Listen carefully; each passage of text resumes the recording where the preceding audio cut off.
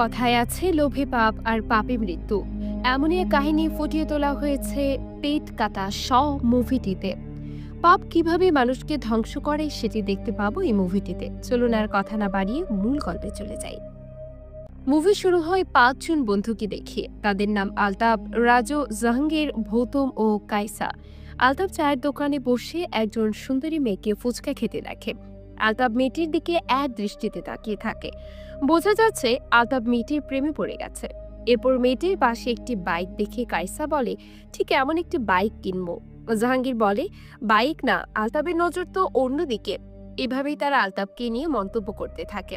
আলতাব বলে, কি রে ভাই, কি শুরু করলি তোরা? টাকা নিয়ে দোষ? খুব অন্যায় করেছি আমি। জাহাঙ্গীর বলে, অন্যায় করিস নাই, অন্যায় তো করতে যাচ্ছি। এটা শুনে রাগী মেজাজে কায়সা বলে, মাইকিং কইরা কয় নাকি থানায় কল দিমো। আর তখনই তাদের আরেক বন্ধু রাজু সেখানে চলে আসে আর সবাইকে টাকা ভাগ করে দিতে থাকে। কায়সা বলে থাকে, টাকা কই? রাজু বলে, কাম শেষ হওয়ার পর বাকি টাকা দেব। মূলত তারা একটি পার্টি অফিসে আগুন ধরিয়ে দেওয়ার বিনিময়ে এক লোকের থেকে টাকা নিয়েছে। এরপর তারা তাদের কাজ সম্পূর্ণ করার জন্য পার্টি অফিসের দিকে যায়। দরজা খুলে কাউকে দেখতে না পেয়ে ভাঙচুর শুরু করে এবং আগুন লাগিয়ে সেখান থেকে বেরিয়ে আসে। এরপর 5 বন্ধু মাস্ক খুলে হাসতে থাকে। এই হাসি তাদের মাঝে বেশিক্ষণ টিকে থাকে না। তাদের প্রত্যেকের জীবনে এক ভয়ঙ্কর অভিশপ্ত কাল নেমে আসে। তাদের সাথে কি কি ঘটে তা এখন আমরা দেখতে পাবো। এরপরই অগ্নিকাণ্ডের ঘটনা পুরো ইন্টারনেটে ছড়িয়ে পড়ে। রাতে আলতাব যখন মিউজিক শুনছিল আর ফোনে ভিডিও দেখছিল, তখন তার বন্ধু রাজু সেখানে আসে। রাজু আলতাবের কাছে একটু সিগারেট চাইতে এসেছিল। এরপর সে সিগারেট নিয়ে চলে যায়। যাওয়ার আগে রাজু বলে, এখন গান বন্ধ করো, একটু পর আজান দেবে। রাজু চলে যাবার পর আলতাব দরজার পাশে একজন মানুষের উপস্থিতি বুঝতে পারে। আলতাব অনেক ভয় পায়। এরপর দরজার আড়াল থেকে সেই মেয়েটি বেরিয়ে আসে, যে মেয়েটিকে আলতাব ফুচকা দোকানে ফুচকা খেতে দেখেছিল। মেয়েটি দরজার পাশে চুপ করে বসে থাকে। প্রথমে আলতাব মেয়েটিকে দেখে অনেক ভয় পেয়ে যায়। তারপর আলতাব বলে, ও তুমি, কিছু হয়েছে? আমি তো ভয় পেয়ে গিয়েছিলাম, তুমি এখানে কিভাবে আসলা? কেউ দেখে নাই তো? এরপর আলতাব মেয়েটিকে তার বিছানায় আসতে বলে, কিন্তু মেয়েটি কোনো কথারই উত্তর দেয় না। তারপর আলতাব নিজে মেয়েটির কাছে যায়। মেয়েটি আলতাবের দিকে এক দৃষ্টিতে তাকিয়ে থাকে। সে কোনো কথা বলে না। আলতাব যখনই মেয়েটির ঠোঁটে স্পর্শ করে তখনই বিদ্যুৎ চলে যায়। এরপর রাজু তার 2 বন্ধুকে ডেকে আনে। তারা আলতাবের এই অবস্থা থেকে ভয় পেয়ে যায়। আসলে আলতাব বিদ্যুতের সকেটে হাত দিয়ে শর্ট লেগে পুরো শরীর পুড়ে গেছে। পরের দিন সকালে পুলিশ আসে তদন্ত করতে। পুলিশ রাজুকে জিজ্ঞেস করে ঘটনা কখন ঘটেছে। রাজু বলে, ভোরের আজানের দিকে। এদিকে কাইসা ভৌতমকে বলে, আলতাবের যে টাকার ভাগ ছিল রাজু মেরে দিয়েছে। ভৌতম বলে, এই সিচুয়েশনে তুই টাকা নিয়ে ভাবছিস? কাইসা বলে, টাকা মারছে তো রাজু, আমি কি দোষ করলাম? ভৌতম বলে, দোষ তো আমরা সবাই করছি। তখন সেখানে রাজু আসে আর বলে, আলতাবের ফ্যামিলিকে জানিয়েছিস? আর জাহাঙ্গীর কি জানে? এরপর পুলিশ তাদেরকে জিজ্ঞেস করে, কাল রাত্রে তোমরা সবাই একসাথে ছিলা? ভৌতম বলে, হ্যাঁ, আমরা 5 জন বসে ফুচকা খাচ্ছিলাম। পুলিশ তাদের 4 জনকে দেখে আরেকজনের কথা জিজ্ঞেস করে। তখন কাইসা বলে, আরেকজন জাহাঙ্গীরও মেসের বাইরে থাকে। পুলিশ বলে, আরো কোনো তথ্য থাকলে আমাদেরকে জানাইও। এটা বলে পুলিশ চলে যায়। পরের দিনে আমরা জাহাঙ্গীরকে দেখতে পাই। সে খাবার খাওয়ার জন্য খাবার টেবিলে বসে আছে। তখন তার কাছে একটি ফোন আসে। সে জানতে পারে আলতাব মারা গেছে। এরপর জাহাঙ্গীরের মা টেবিলে খাবার নিয়ে আসে। জাহাঙ্গীরকে খেতে বলে। জাহাঙ্গীর বলে, খিদে নেই মা। জাহাঙ্গীর তার বন্ধুর মৃত্যুর খবর তার মাকে জানায়। জাহাঙ্গীরের মা বলে, ওইসব ভালো বলা না। এরপর জাহাঙ্গীর সে অগ্নিকাণ্ডের ঘটনার রিভিউ নিজে দেখে। জাহাঙ্গীর তার মাকে পুরো ঘটনাটা বলতে চায়, কিন্তু কিভাবে বলবে সেটা সে বুঝতে পারে না। জাহাঙ্গীরের মা বলে, কি বলবি বল, কথা জমিয়ে রাখলে পেটে পাথর হইব তোর। জাহাঙ্গীর বলতে শুরু করে, আমরা পাপ করছি আম্মা, খারাপ কাজ করছি, বুঝতেছি না এর জন্য কি আলতাব নিজের জীবন নিল?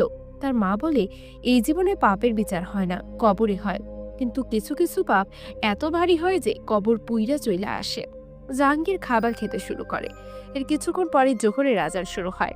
জাহাঙ্গীর দেখতে পায় তার ঘরের জানালার কাঁচ ভেঙে আছে। জাহাঙ্গীর তার মাকে জিজ্ঞেস করে, জানালার কাঁচ কিভাবে ভেঙেছে? জাহাঙ্গীরের মা খাবার খেতে বলে, আরো বলে, জানালা ভাঙ্গে কবর পুইরা আসছি তোরে খাওয়ানোর লাইগা। আসলে জাহাঙ্গীরের মা আগেই মারা গিয়েছে। খাবার খাওয়ার সময় জাহাঙ্গীরের গলায় মাছের কাঁটা আটকে যায়।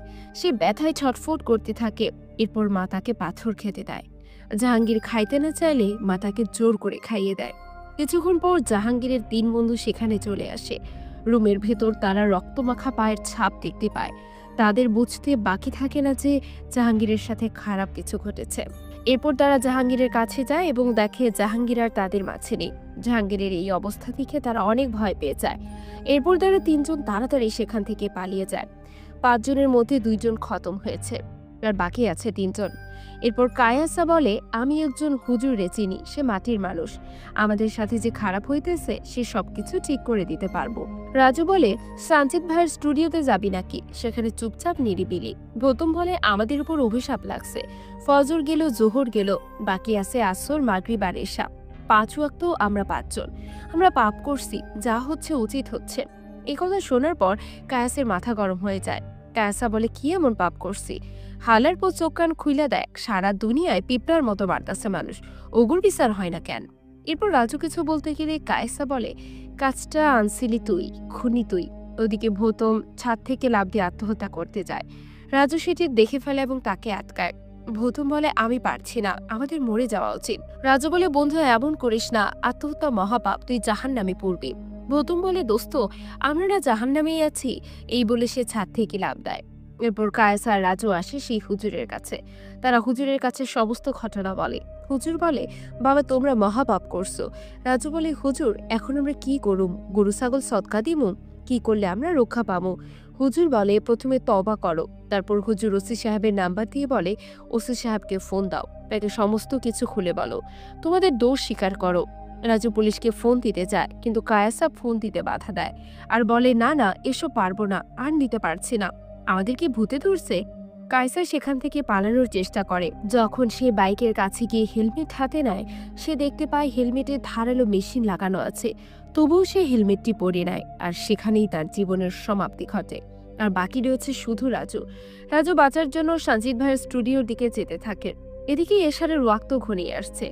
সঞ্জিত রাজুর এই অবস্থা দেখে জিজ্ঞেস করে, তার এমন অবস্থা কেন? রাজু বলে, আমি মারা যাচ্ছি, পরে বলবো। সঞ্জিত জানায়, এখন স্টুডিও বুকিং নেই, আধা ঘন্টা পর খালি হবে। রাজু বলে, আমার এখনই স্টুডিও লাগবে। সঞ্জিত কোনোভাবেই রাজি না হলে রাজু তার সব টাকা সঞ্জিতকে দিয়ে দেয় আর বলে, আমার শুধু স্টুডিওটাই লাগবে। সঞ্জিত স্টুডিও দিতে রাজি হয়। রাজু বলে, আমি যতক্ষণ স্টুডিওতে থাকবো কাউকে বলার দরকার নেই, কেউ চুপগেম না বেরু হবে না। এরপর সঞ্জিত রাজুকে স্টুডিওতে নিয়ে আসে। রাজু জানায়, আমার সাউন্ড প্রুফ রুম লাগবে, কোনো শব্দ আসবেও না, যাবেও না। রাজু সঞ্জিতকে জিজ্ঞেস করে, এখানে তো আজান শোনা যাবে না, তাই না? সঞ্জিত বলে, বোম ফুটলো এখানে শোনা যাবে না। রাজু ঘড়ির টাইম দেখতে থাকে কখন আজান দেবে। তখন এক ছেলে চা নিয়ে এসে বলে, আঙ্কেল চা খাবেন? রাজু ছেলেটিকে রেখে চমকে যায় আর বলে, তুমি কে? তুমি কি আসল? সঞ্জিতা, আপনি কি দেখতেছেন ওকে? সঞ্জিত বলে, আরে আসল মানে? ও তো এখানেই কাজ করে। সঞ্জিত ছেলেটিকে চলে যেতে বলে। রাজু ছেলেটিকে যেতে দেয় না, কারণ এখনই আজান দিবে। রাজু ভাবতে থাকে এখানে তাকে কেউ কোনো ক্ষতি করতে পারবে না। এটা ভেবে সে মুচকি হাসতে থাকে। কিছুক্ষণ পর ছোট ছেলেটি অসুস্থ হয়ে মাটিতে পড়ে যায়। সঞ্জিত তাকে হসপিটালে নিতে চাইলে রাজু বাধা দেয়। রাজু বলেও, মারা গেলে এখানেই মারা যাবে। কিছুক্ষণ পর ছেলেটা আজান দিতে শুরু করে। ছেলেটার মুখে আজান শুনে রাজু ভয় পায়। আজান শেষ হলে দেওয়াল থেকে হাত বেরিয়ে আসে আর রাজুর গলা চেপে ধরে। রাজুর 4 বন্ধু যারা মারা গিয়েছে তারাই রাজুকে আক্রমণ করে। রাজু বাঁচার জন্য অনেক চেষ্টা করে, কিন্তু ব্যর্থ হয়। সঞ্জিত বাহির থেকে এসব দৃশ্য দেখে রাজুকে দরজা খুলতে বলে। রাজু বাহির থেকে কোনো শব্দই শুনতে পাবে না। রাজুর জীবনের সমাপ্তি এই স্টুডিওতেই ঘটে। এভাবেই একটি পাপ 5টি মানুষের জীবন ধ্বংস করে। মুভিটা এখানেই শেষ হয়ে যায়। মুভিটি আপনাদের কাছে কেমন লাগলো তা অবশ্যই কমেন্ট করে জানাবেন। আর একটাই অনুরোধ, নতুন নতুন মুভি এক্সপ্লেনেশন পেতে এই চ্যানেলটিকে সাবস্ক্রাইব করে রাখুন। ধন্যবাদ।